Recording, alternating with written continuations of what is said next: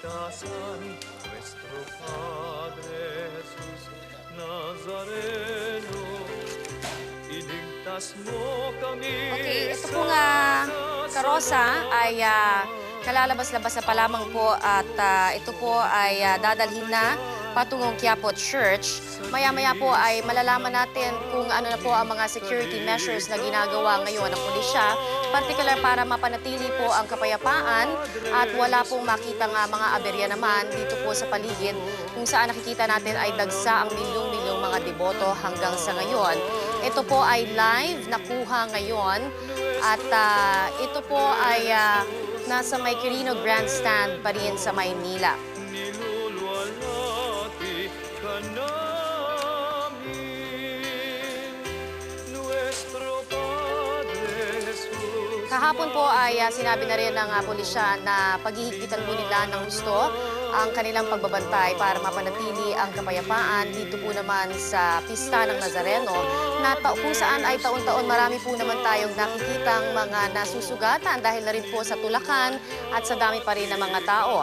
Sa ngayon po naman, alamin natin ang update ngayon sa Nazareno mula po rin po sa ating kasamang si John Consulta. John?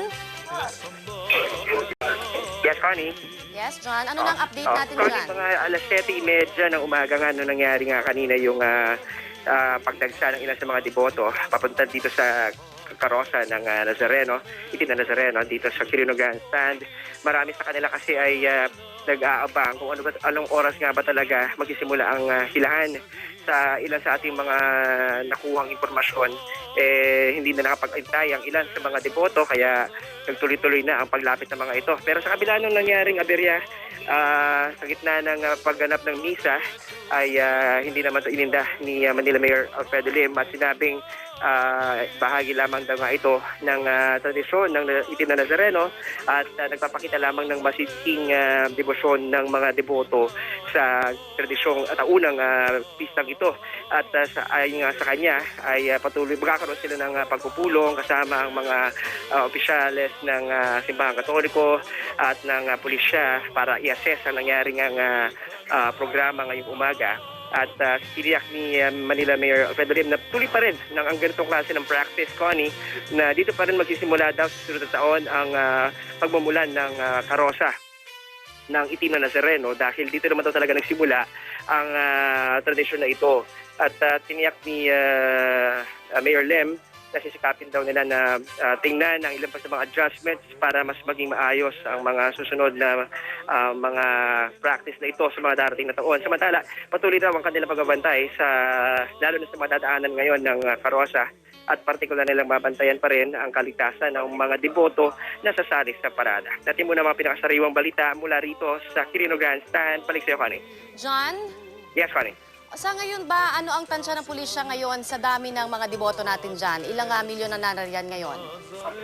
Sa una nating impormasyon na kalap, pumapalo sa pagitan ng kung isasama din yung mga ilan sa mga nasa kalsada na ngayon, ito raw ay hindi bababa sa 1.5 million.